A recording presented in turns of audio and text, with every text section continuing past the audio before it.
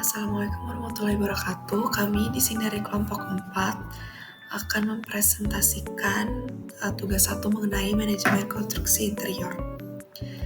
Yang pertama itu ada pengertian manajemen konstruksi.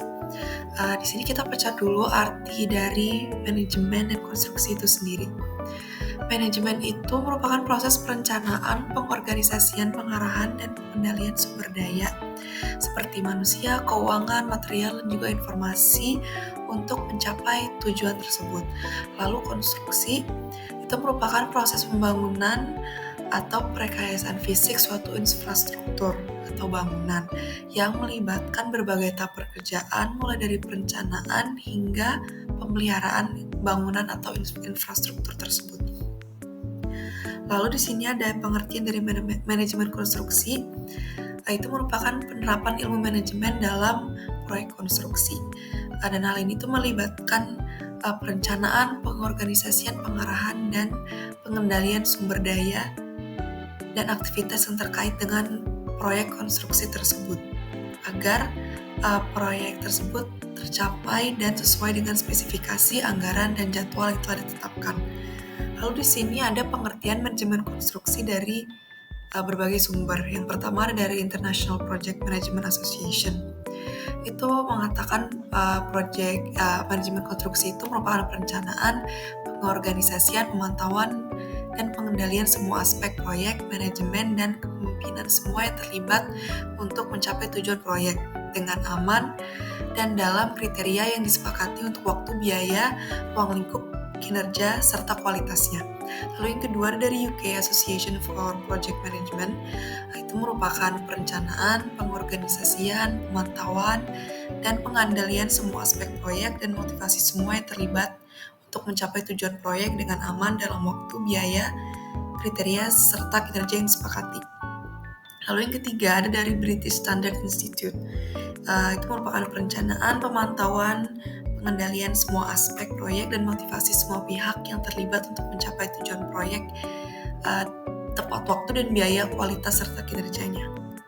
Lalu selanjutnya ada fungsi manajemen konstruksi. Di sini fungsi manajemen konstruksi itu ada 4. Yang pertama ada planning, organizing, actuating, dan controlling. Kita mulai dulu dari penjelasan planning. Jadi planning itu merupakan tahap awal dalam manajemen konstruksi yang melibatkan penetapan tujuan proyek yang jelas dan terukur, pembangunan strategi untuk mencapai tujuan tersebut, serta penyusunan rencana secara detail.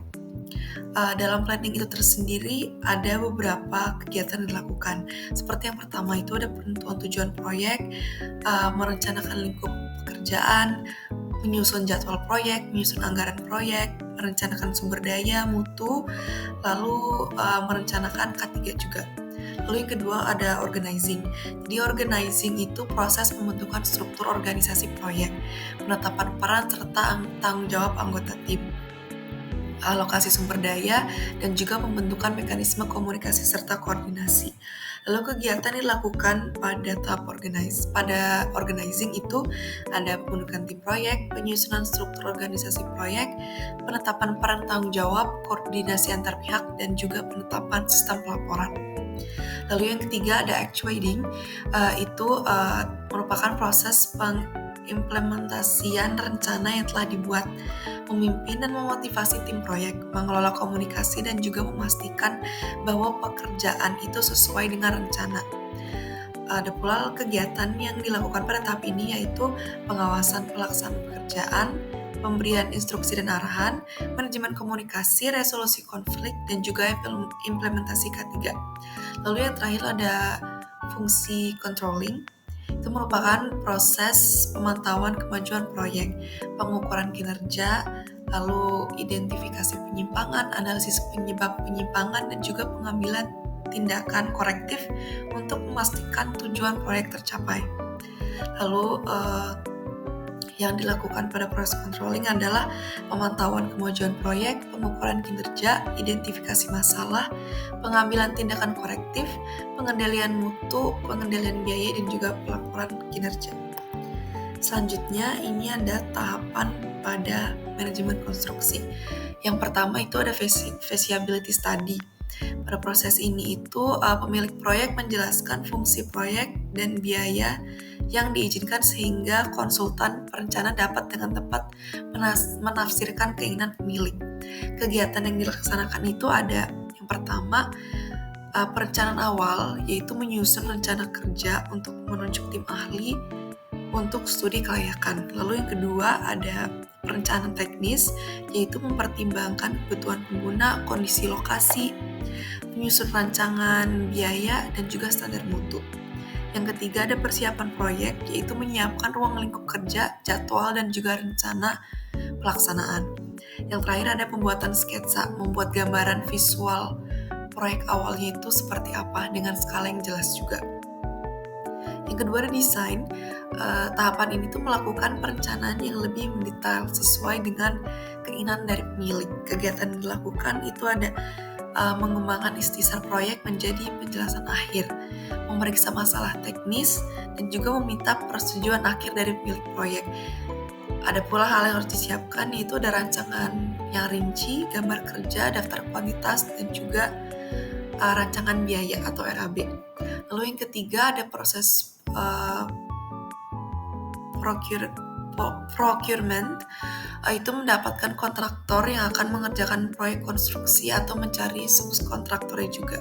Kegiatan dilakukan itu ada mengadakan kualifikasi kontraktor, pre-tender meeting, bill of quality, jenis pekerjaan juga dan volume pekerjaan, unwizing, menyiapkan dokumen lelang, menyusun RAB, dan juga terakhir menyiapkan dokumen kontrak.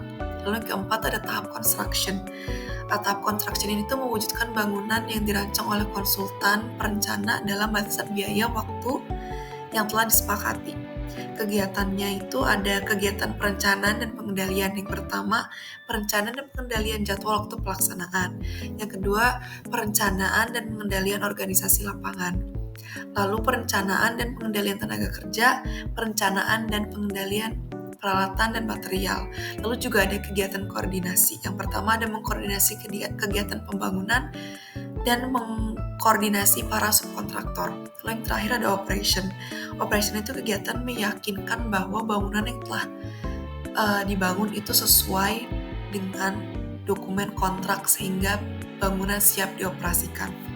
Kegiatan yang dilaksanakan adalah membuat build records, lalu evaluasi keseluruhan bangunan, menyiapkan instruksi manual untuk pemeliharaan dan juga operasional bangunan.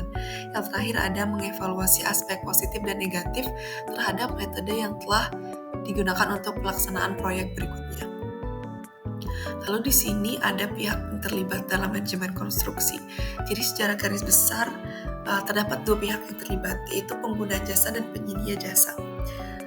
Di sini pengguna jasanya itu ada owner dan penyedia jasanya itu ada konsultan dan kontraktor. Lalu di sebelah kanan ini ada yang sudah kita jabarkan menjadi lebih rinci antara pengguna jasa dan penyedia jasa yang terlibat dalam manajemen konstruksi.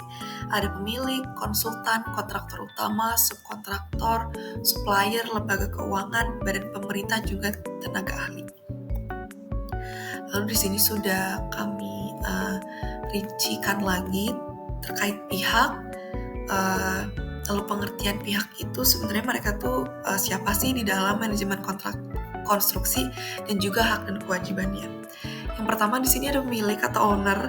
Jadi pemilik atau owner itu seseorang atau perusahaan yang mempunyai dana dan juga memberikan tugas kepada seseorang atau perusahaan yang memiliki keahlian atau pengalaman dalam melaksanakan pekerjaan manajemen konstruksi tersebut. Hak dan kewajiban dari pemilik atau owner adalah menunjuk penyedia jasa, meminta laporan, fasilitas, dan menyediakan lahan laksana pekerjaan, dan juga menyediakan dana.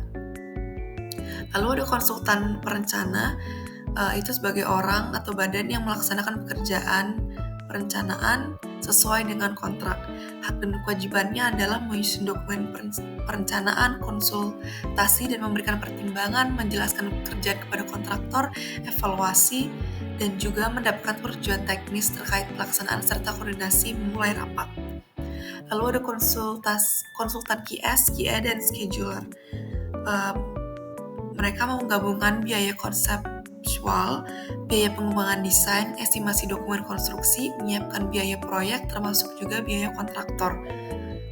Hak dan kewajibannya adalah membuat bill of quantity, volume pekerjaan, membuat RAB, dan membuat kontrak perencanaan tender, kontraktor pelaksana, dan juga rapat koordinasi bersama konsultan.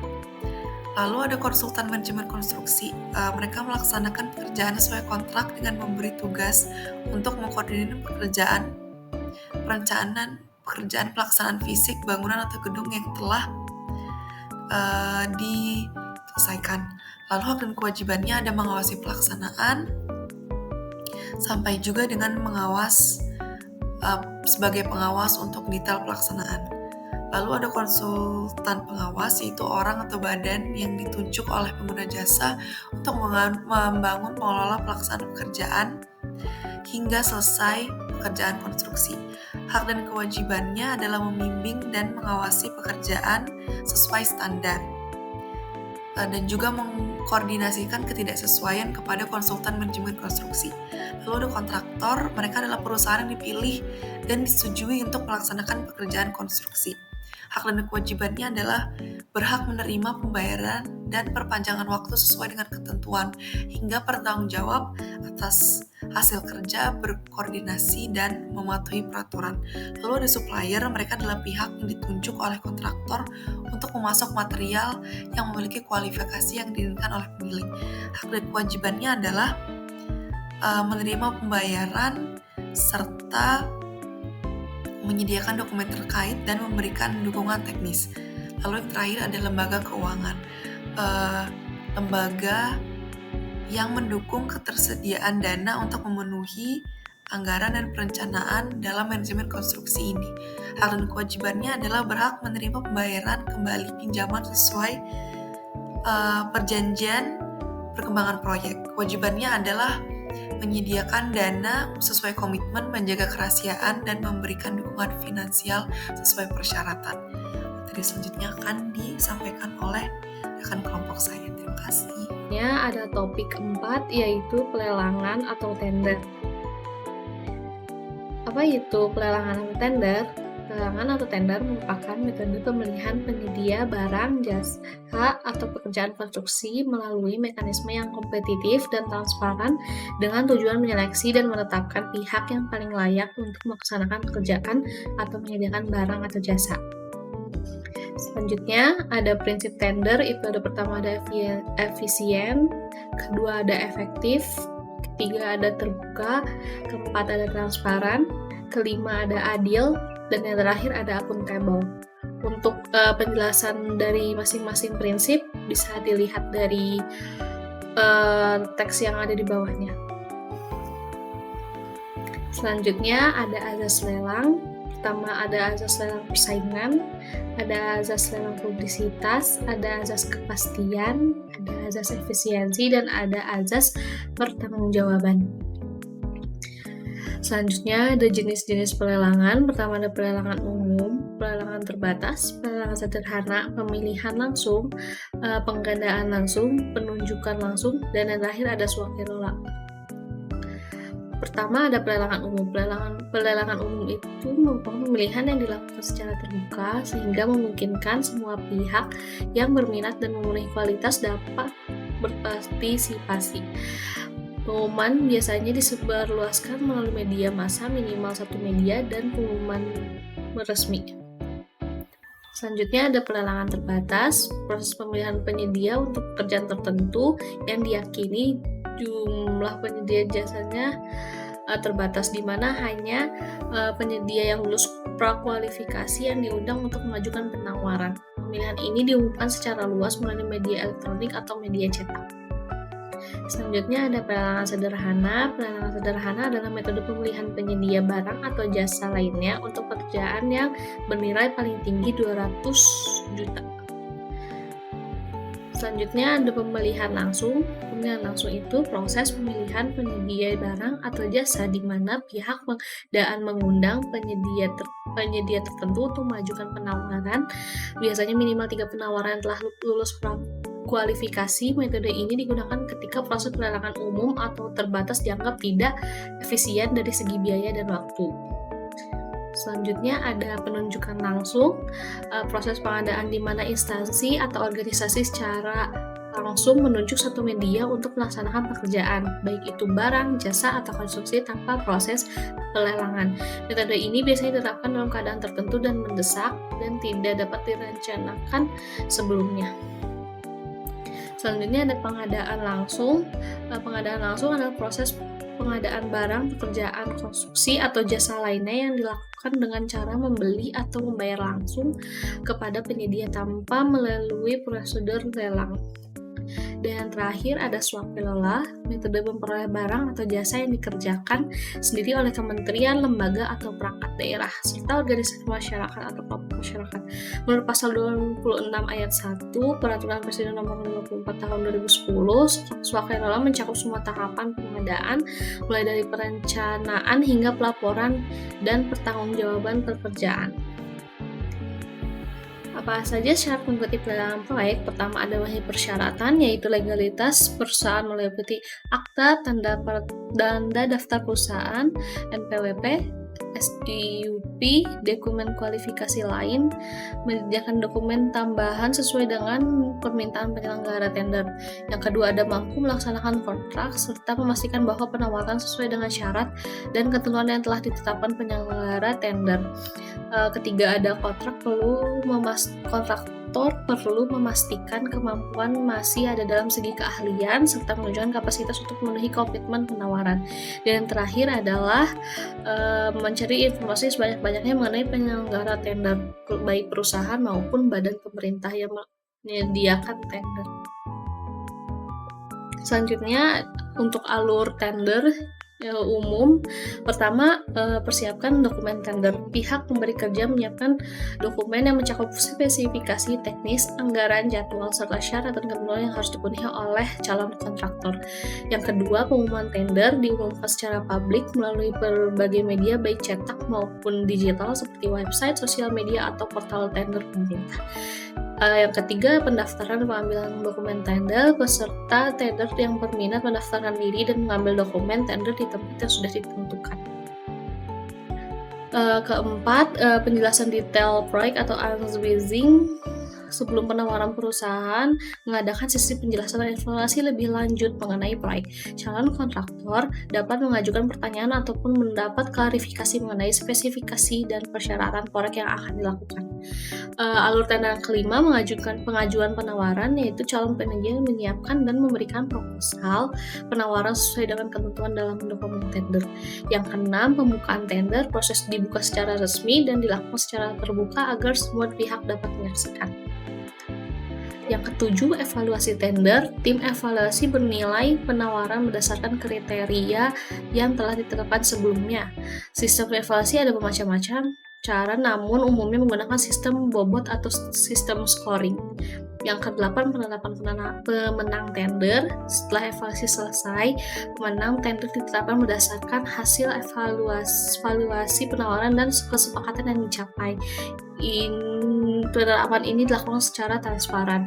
Yang kesembilan, sanggah kualifikasi dilaksanakan 10 hari setelah pengumuman hasil dan jawaban sanggah paling lambat 7 hari sejak sanggah kualifikasi diterima. Apabila sanggah peserta dinyatakan benar dan diterima, seleksi dinyatakan gagal. Apabila sanggah dinyatakan tidak benar dan ditolak, hasil pemilihan disampaikan kepada PPK. Yang ke-10, pengumuman pemenang tender diumumkan secara resmi agar menjaga transparansi publik dan adanya dokumentasi administrasi. Dan yang terakhir, penandatanganan kontrak. Penandatanganan kontrak antara pihak pemberi kerja dengan pemenang tender. Kontrak ini mencakup semua kesepakatan yang telah dicapai selama proses pelelangan. Selanjutnya ada topik kelima, yaitu jenis-jenis kontrak. Pertama, metode kontrak itu ada 5. Yang pertama ada metode kontrak umum atau design build. Kedua ada metode kontrak terpisah. Ketiga ada metode kontrak swakelola. Keempat ada metode rancang bangun. Dan yang kelima ada metode manajemen konstruksi atau construction manager ethics. Pertama, metode kontrak umum atau design build. merupakan salah satu metode pelaksanaan proyek yang paling sering digunakan dalam konstruksi. Jadi owner atau yang punya proyek itu hire ahli konsultan desain sama konsultan kontraktor. Untuk tahapannya, ada pertama tahapan desain, owner menyewa seorang konsultan desainer untuk mengembangkan proyek secara lengkap. 2. Tahapan penawaran, owner mengundang kontraktor untuk bersaing mengajukan penawaran proyek atau bid, dan owner memilih salah satu yang menawarkan nilai terbaik. Dan yang ketiga, tahap konstruksi. Owner memberikan kontrak pada kontraktor terpilih dan kontraktor bertanggung jawab untuk melaksanakan konstruksi sesuai desain dan kontrak yang sudah disepakati. Kedua, ada metode kontrak terpisah, yang dimana owner mengadakan kontrak yang berbeda dan terpisah dengan berbagai pihak, atau kontraktor melaksanakan bagian-bagian spesifik dari proyek sehingga proyek owner perlu melakukan manajemen proyeknya sendiri. Yang ketiga, ada metode kontrak swakelola, adalah perjanjian tertulis yang dibuat antara pihak-pihak terkait dalam pengadaan barang atau jasa secara swakelola. Swakelola adalah metode pengadaan barang atau jasa yang direncanakan, dilaksanakan, dan diawasi sendiri.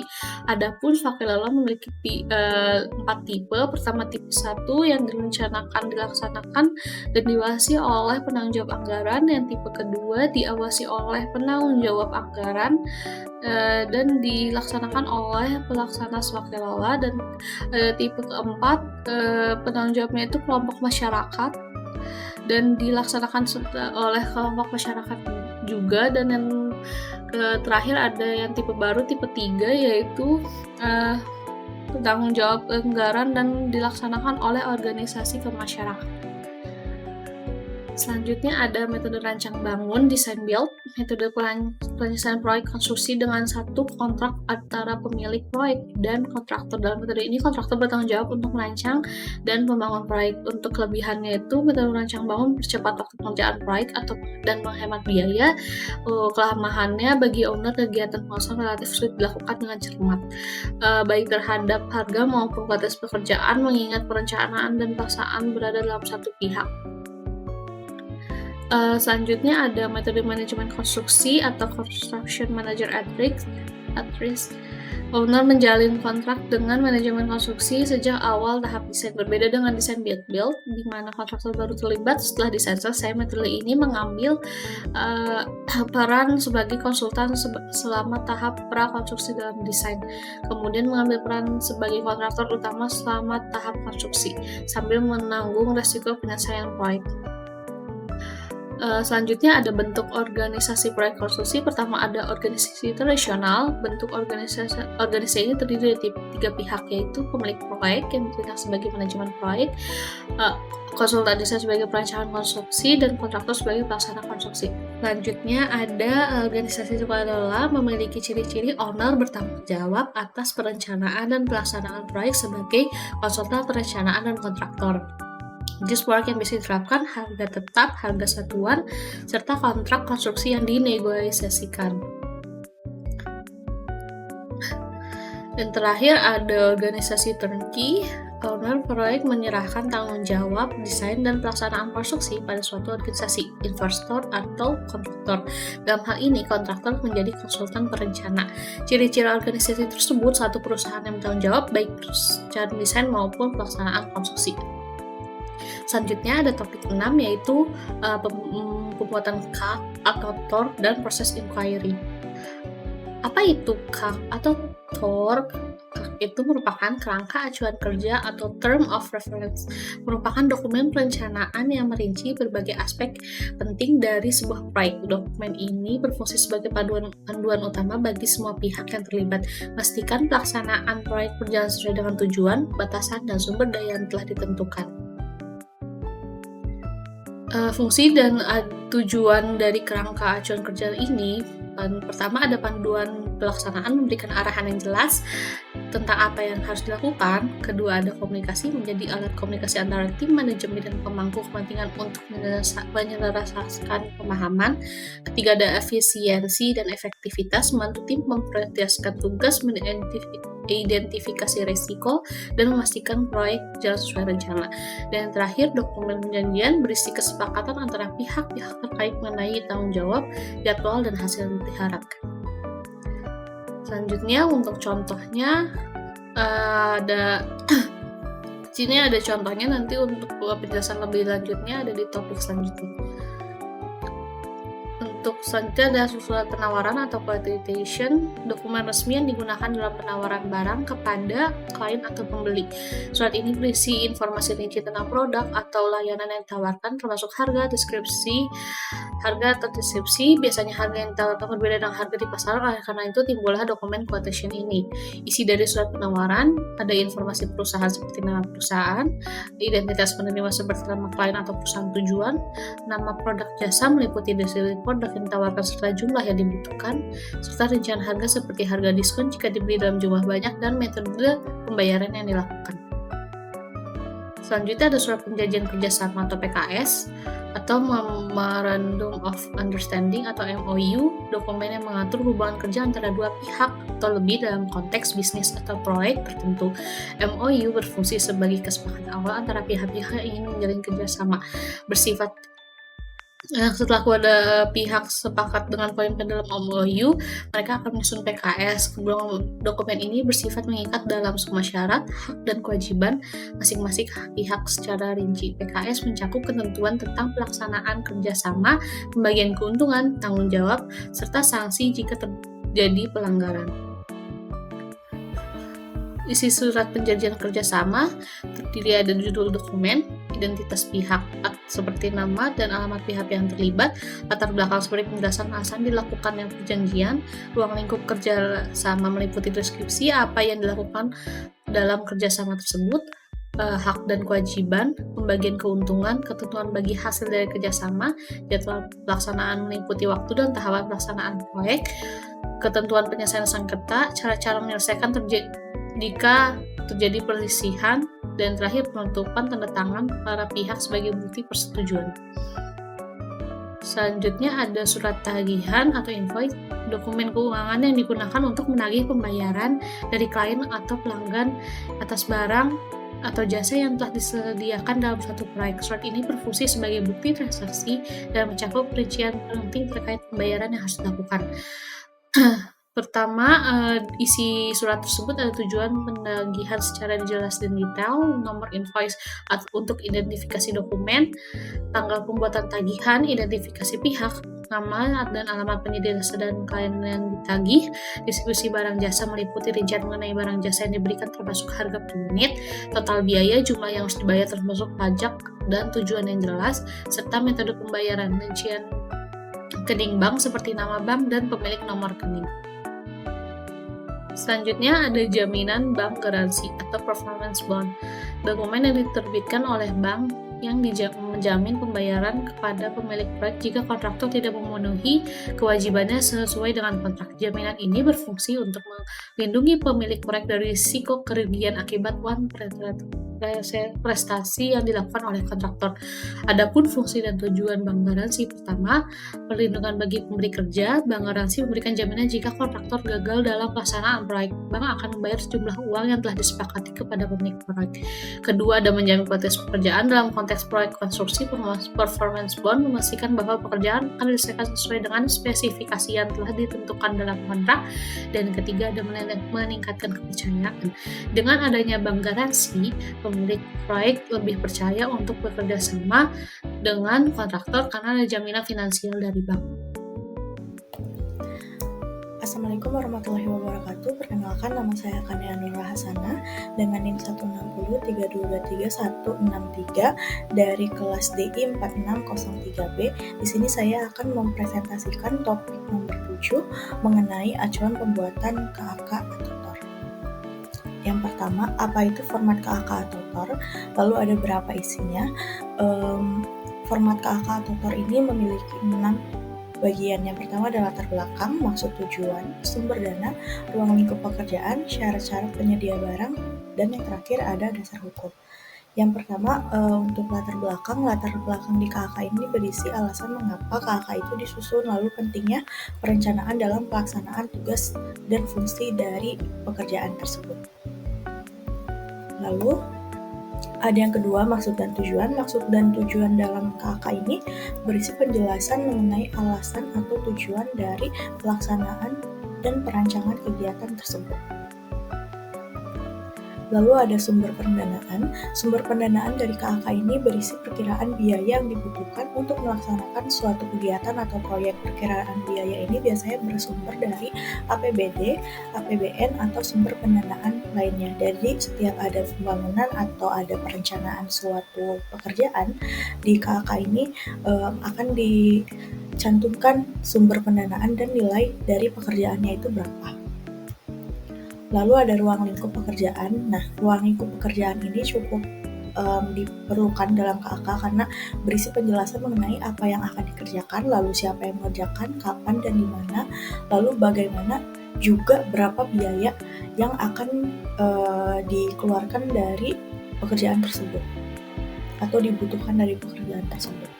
Lalu ada syarat-syarat penyedia barang. Nah, syarat-syarat penyedia barang dalam KAK ini mencakup beberapa ya. Yang pertama itu ada legalitas administrasi perusahaan. Yang kedua ada terdaftar di LPSE. Yang ketiga memiliki kemampuan penyediaan sumber daya manusia atau peralatan yang dibutuhkan. Yang keempat ini memiliki kemampuan menyediakan layanan purna jual. Yang kelima pengalaman kerja terkait.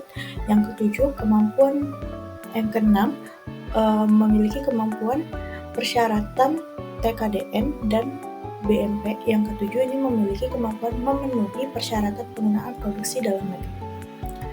Lalu ada dasar hukum. Dasar hukum dalam KAK ini dapat berupa undang-undang, peraturan presiden, dan juga peraturan menteri. Nah, dasar hukum ini biasanya ada dua ya contohnya. Dia bisa jadi disimpan di latar belakang atau enggak di bagian tersendiri dasar hukumnya. Kalau di contoh yang saya berikan ini, dasar hukumnya berupa dalam satu paragraf yang ada di bagian latar belakang. Lalu ini ada contoh dasar hukum KAK yang biasa dipakai. Yang pertama itu ada UU nomor 17 tahun 2003 tentang keuangan negara. Yang kedua ada UU nomor 2 tahun 2017 tentang jasa konstruksi. Yang ketiga ada UU nomor 26 tahun 2007 tentang penataan ruang. Yang terakhir itu ada Peraturan Presiden nomor 54 tahun 2010 tentang pengadaan barang atau jasa pemerintah. Lalu ada juga inquiry letter. Apa itu inquiry letter? Ini ada beberapa tahapan. Yang pertama itu penjelasan mengenai inquiry letter. Yang pertama, surat ini tuh dibuat oleh pengguna jasa atau klien kepada penyedia jasa atau supplier atas permintaan kebutuhan barang atau jasa dan hal lainnya yang bersifat resmi. Lalu yang kedua ini berdasarkan apa surat ini dibuat? Surat ini dibuat itu berdasarkan informasi dari koran, majalah, relasi, dan sumber lainnya yang berisi pernyataan untuk membeli barang sekaligus permintaan lainnya. Yang ketiga, dengan mengirimkan surat permintaan ini, kita bisa mengetahui penawaran yang diberikan oleh supplier mengenai harga barang yang ada. Yang terakhir, jika cocok, proses pembelian akan terjadi sesuai dengan surat permintaan yang telah dibuat pada awal. Lalu ini ada contoh dari inquiry letter ya. Nah, komponennya itu ada pendahuluan, tubuh surat, dan kesimpulan. Pendahuluan ini berisi perkenalan diri dan asal. Lalu ada juga sampaikan tujuan suratnya itu untuk apa, diberikan pujian halus sesuai dengan tujuan terkait penjualan itu. Lalu ada tubuh surat menjelaskan dengan jelas permintaan, lalu memberikan informasi, membatasi pernyataan menjadi tidak lebih dari 5. Lalu yang terakhir ini ada kesimpulan, mengucapkan terima kasih, waktu dan pertimbangan, lalu mensertakan izin untuk mengutip informasi, lalu mencantumkan informasi dan kontak untuk respon lebih lanjut. Lalu ini inquiry letter juga bisa untuk undangan tender. Nah, yang pertama ini klien atau pengguna jasa mengundang desainer untuk melakukan kerjasama. Lalu ada pekerjaan yang dilakukan, jangka waktu pengerjaan, perkiraan biaya yang dianggarkan. Lalu kita masuk ke topik nomor 8 yaitu Bill of Quantity dan rincian anggaran biaya atau RAB. Nah, Bill of Quantity itu adalah dokumen yang berisi daftar rinci pekerjaan, bahan, dan biaya yang dibutuhkan untuk menyelesaikan suatu proyek. Nah, Bill of Quantity ini digunakan dalam industri konstruksi, terutama dalam proses tender. Nah, apa aja sih literatur yang dibutuhkan untuk membuat Bill of Quantity ini? Yang pertama itu ada AHSP. Nah, ini tuh udah tersedia dalam bentuk Excel ya sekarang. Itu adalah analisis harga supply dari Kementerian Pembangunan ya. Lalu ada juga yang kedua, ada standar harga barang dan jasa dari Pemkot Bandung. Misal kalau dari daerah lain ada juga berbeda lagi. Kalau ini di Bandung menggunakan Pemkot Bandung. Ini udah tersedia di Excel juga, jadi kita bisa tahu perkiraan untuk anggaran lain-lain tuh di dalam pedoman ini. Lalu yang kedua, ada membuat item pekerjaan. Yang pertama itu selalu dimulai dengan pekerjaan persiapan dari administrasi dan lain-lain. Jadi dijelaskan dulu untuk pekerjaannya berapa, untuk barang-barang seperti pasir, keramik, dan lain-lainnya itu berapa. Lalu ada berurutannya pekerjaan dari yang paling bawah atau yang mana dulu. Jadi dari substruktur atau dari superstruktur dulu. Jadi dijelasin dulu di mana pekerjaan itu bakal dimulai gitu, apa dari atas atau dari bawah, agar lebih jelas lagi dari struktur pekerjaannya. Lalu ada yang ketiga, tentukan semua item pekerjaan yang akan dilakukan berdasarkan file AHSP. Jadi ini ada 3 ya, ada rekap Bill of Quantity, ada Bill of Quantity sama AHSP. Jadi dalam sheet yang AHSP ini dibuat semua item pekerjaan berdasarkan filenya. Lalu dalam sheet yang Bill of Quantity itu ada dibuatnya bab atau enggak item pekerjaan berdasarkan urutan. Lalu yang bagian ini juga berisi pekerjaan yang sesuai urutan juga. Lalu ada bagian terakhir itu yang sheet rekap ini berisi rekap dari yang hasil buat bab atau item pekerjaannya. Lalu ada yang keempat, mencari penamaan sesuai AHSP yang mendekati. Ini bisa dilihat dari tabelnya ya. Kita nyari nama yang sama, ada kodenya juga, jadi lebih mudah untuk pengecekan karena dalam file tersebut itu tercantum banyak sekali pekerjaan ya, dari mulai dinding, lalu lantai, dan lain-lain. Ini jadi ada kodenya, lalu ada penamaan yang sama. Nah, jika item pekerjaan tidak ada dalam AHSP, bisa digunakan kiraan harga borongan di pasaran dengan satuan yang disebut lump sum atau bisa disebut LS. Jadi nanti di bagian quantity atau enggak unit price-nya itu ditulis LS. Nah, ini ada mengisi harga item pekerjaan atau unit price. Harga bahan dan upah berdasarkan harga standar pemerintah setempat. Nah, ini bisa dilihat dari yang file AHSP itu, jadi nanti dimasukkan ke bagian yang penghargaan dari satuannya, dari quantity satuan, terus ada unit price-nya nanti dimasukin. Terus ada bagian mengisi harga item pekerjaan dari unit price lagi. Yang kedua, ini berdasarkan penjumlahan total harga satuan pekerjaan. Lalu yang terakhir ada Bill of Quantity sama RAB. Ini adalah rekap rangkuman dari setiap bab dalam item pekerjaan. Jadi nanti untuk price kan tadi ada banyak ya, persiapan itu berapa, ada unitnya, lalu ada kuantitinya. Terus buat yang lantai, dinding, plafon, MEP, dan lain-lain itu dijadiin satu dulu, price-nya ditotalkan jadi berapa, lalu nanti dari setiap nomor atau bab ini dijadikan satu di subtotal yang konstruksi. Sekian presentasi dari saya, terima kasih. Assalamualaikum warahmatullahi wabarakatuh. Perkenalkan, saya Fadil Zakabullah dengan NIM 1603223 181. Saya akan membahas topik 9 dan topik 10. Yang pertama, topik 9, yaitu K3. Apa itu K3? Kesehatan dan keselamatan kerja atau yang biasa dipanggil K3 adalah upaya untuk melindungi tenaga kerja dan masyarakat dari risiko kecelakaan dan penyakit akibat kerja. K3 juga bertujuan untuk menciptakan lingkungan kerja yang aman, sehat, dan nyaman.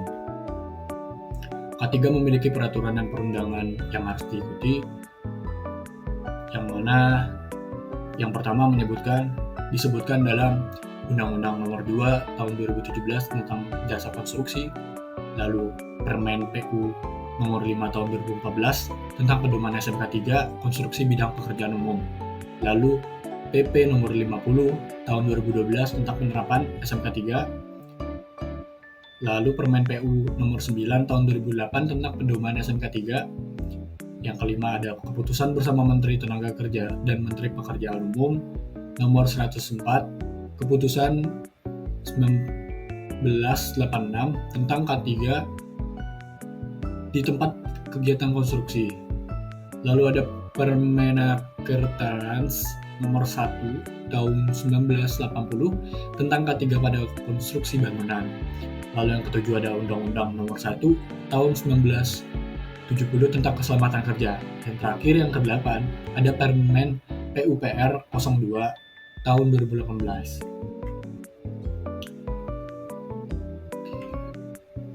Alat pelindung diri atau APD konstruksi adalah perlengkapan yang dipakai pekerja konstruksi untuk melindungi diri dari bahaya di tempat kerja. APD penting untuk menjaga keselamatan dan kesehatan pekerja, yang mana berikut adalah APD yang wajib dikenakan agar terhindar dari bahaya di tempat kerja. Yang pertama ada helm, lalu dilanjutkan pelindung mata, pelindung telinga, rompi warna mencolok, celana chaps, sarung tangan, sepatu boots, dan yang terakhir adanya harness. Lalu ada rambu K3. Rambu K3 adalah tanda yang berisi informasi peringatan atau instruksi terkait keselamatan dan kesehatan kerja. Rambu ini juga disebut sebagai safety sign. Rambu ini memiliki 4 jenis warna, yaitu warna merah, orange, kuning, hijau, dan juga biru. Tanda merah memiliki tanda bahaya, yang mana memiliki peranan krusial dalam menjaga keselamatan di berbagai lingkungan kerja serta tempat umum. Berikut adalah contoh mengenai beberapa tanda bahaya yang penting, termasuk tanda kebakaran, tanda stop, serta klasifikasi bahaya yang dapat menyebabkan cedera atau bahkan kematian. Lalu berikutnya adalah tanda orange, yang merupakan elemen penting dalam menjaga upaya keselamatan di lingkungan kerja yang berpotensi bahaya. Tanda ini dirancang untuk menginformasikan dan memperingatkan individu tentang situasi yang dapat menyebabkan cedera serius atau bahkan kematian. Lalu berikutnya adalah tanda kuning, yang berfungsi untuk memperingatkan individu terhadap kondisi berbahaya yang dapat menyebabkan luka sedang atau ringan di lingkungan kerja maupun tempat umum. Pemasangan tanda ini sangat penting untuk menciptakan kesadaran akan potensi resiko yang ada, serta mendorong tindakan pencegahan yang dilakukan untuk menjaga keselamatan. Lalu berikutnya adalah tanda hijau, atau tanda keselamatan darurat, atau pertolongan pertama. Tanda ini untuk menunjukkan informasi yang menunjukkan rute pelarian yang aman atau rute menuju fasilitas pertolongan pertama. Tanda kesehatan dan tanda keselamatan ini harus berwarna hijau, dan biasanya memiliki simbol putih pada latar belakang hijau. Lalu yang terakhir ada tanda biru, yang mengindikasikan tanda safety atau emergency. Berfungsi sebagai penunjuk letak penyimpanan peralatan P3K, peralatan keselamatan, dan material safety datasheet atau MSDS. Bisa juga menunjukkan instruksi umum terkait praktik kerja yang aman. Lalu topik berikutnya, topik 10, ada estimasi biaya. Apa itu estimasi biaya? Estimasi biaya adalah proses yang digunakan untuk memperkirakan total biaya yang diperlukan untuk menyelesaikan suatu proyek. Dalam hal ini, khususnya pembangunan sebuah bangunan.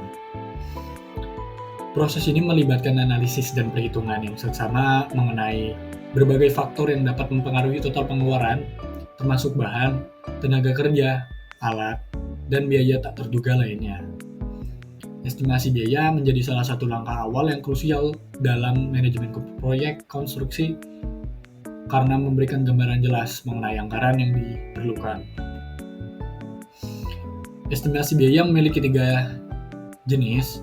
Yang pertama, ada estimasi kelayakan, yang mana estimasi kelayakan adalah proses untuk menilai apakah suatu proyek dapat dilaksanakan dengan berhasil. Ini mencakup analisis biaya awal dan biaya operasional, serta potensi pendapatan dan keuntungan. Tujuan utamanya adalah untuk menentukan apakah investasi dalam proyek tersebut layak dilakukan baik dari segi ekonomi maupun finansial. Lalu berikutnya adalah estimasi konseptual. Estimasi konseptual digunakan pada fase awal perancangan proyek ketika rincian teknis dan spesifikasi masih belum sepenuhnya ditentukan. Pada tahap ini, estimasi biaya bersifat kasar dan didasarkan pada pengalaman, data historis, serta asumsi mengenai ruang lingkup proyek. Estimasi ini bertujuan memberikan gambaran umum tentang biaya yang diperlukan dan membantu dalam merancang anggaran awal untuk perencanaan lebih lanjut. Lalu yang terakhir, ada jenis estimasi detail. Estimasi detail adalah estimasi biaya yang sangat rinci dan akurat. Biasanya dilakukan setelah desain proyek dikembangkan secara lengkap. Ini mencakup analisis terperinci dari semua biaya yang terkait dengan proyek, termasuk material, tenaga kerja, alat, dan juga biaya tidak langsung. Estimasi ini digunakan sebagai dasar untuk penganggaran akhir dan sebagai panduan selama tahap pelaksanaan proyek untuk memastikan bahwa biaya tersebut tetap dalam anggaran yang telah ditetapkan. Berikut adalah tahapan menyusun anggaran biaya. Ada 5 tahapan, yaitu yang pertama, melakukan pengumpulan data tentang jenis, harga, kemampuan, pasar, untuk menyediakan bahan atau konstruksi secara kontinu.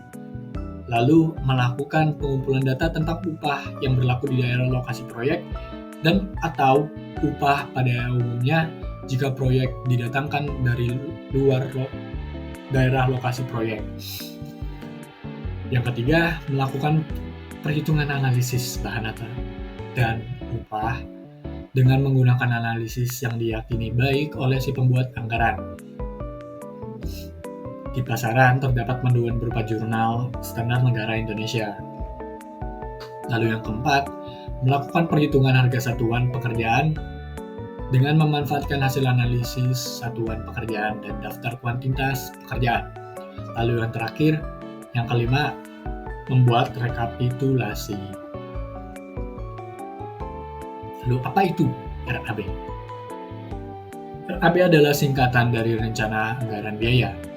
RAB adalah dokumen yang berisi perkiraan biaya yang dibutuhkan untuk menyelesaikan suatu proyek, kegiatan bisnis, ataupun acara. RAB memiliki 8 fungsi.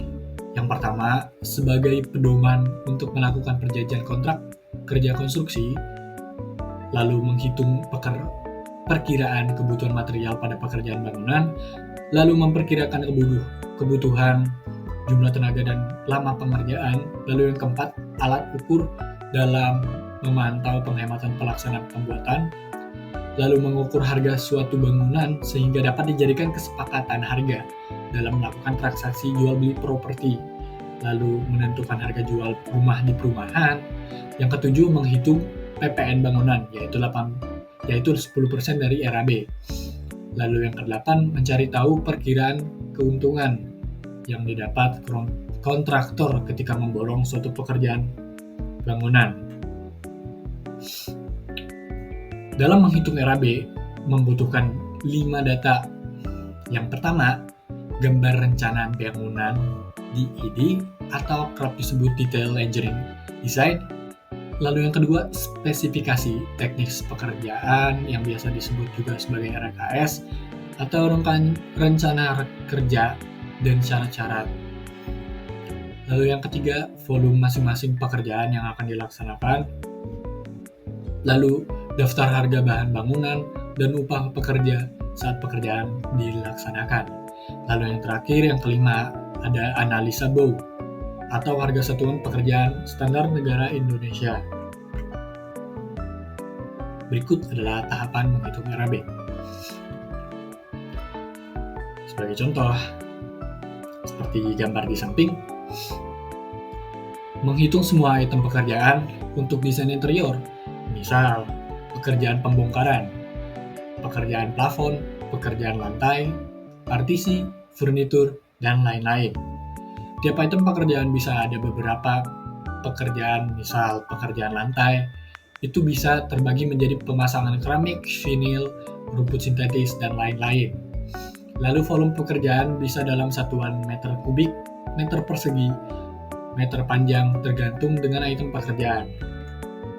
Lalu berikutnya ada hitung harga satuan pekerjaan, yang mana pada contoh tersebut, pekerjaan pemasangan plafon gypsum maka dihitung.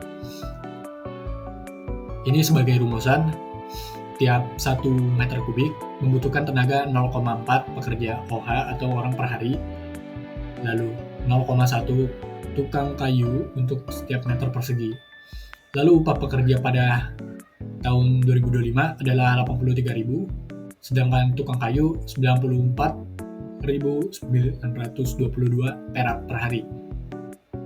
Lalu harga satuan upah pekerja dikali 0,4 ditambah dengan upah tukang kayu yang dikalikan 0,1. Sehingga total upah untuk pemasangan 1 meter kubik plafon adalah Rp42.692. Lalu berikutnya ada hitung RAB. Menghitung RAB dengan cara mengalihkan volume pekerjaan dengan analisis harga satuan.